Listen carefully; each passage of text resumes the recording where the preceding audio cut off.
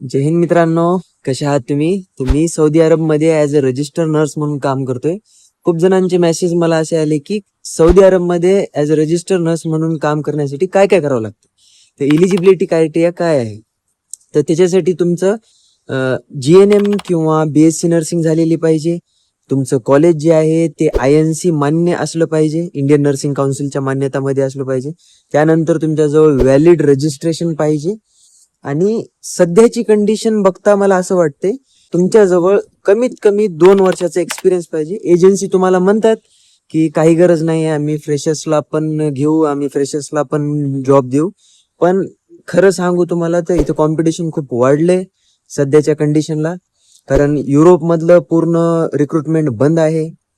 तर एक सगळ्यात बेस्ट ऑप्शन हेच आहे गल्फ कंट्रीज.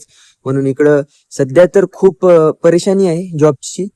आणि त्यासाठी तुमच्याजवळ कमीत कमी 2 वर्षाचा एक्सपिरियन्स राहणं गरजेचं आहे असं मला वाटतंय. कारण फ्रेशर्ससाठी आता जॉब नाहीत.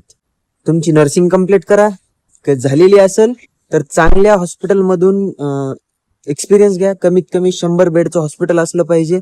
आणि जे हॉस्पिटल आहे ते NABH मान्यता प्राप्त असेल तर खूपच छान है ना. हे झाला primary criteria for the working as a register nurse in Saudi Arabia. ह्याच्यानंतर कोणत्या कोणत्या गोष्टी लागतात हे तुम्हाला मी पुढच्या व्हिडिओमध्ये सांगतो. जय हिंद.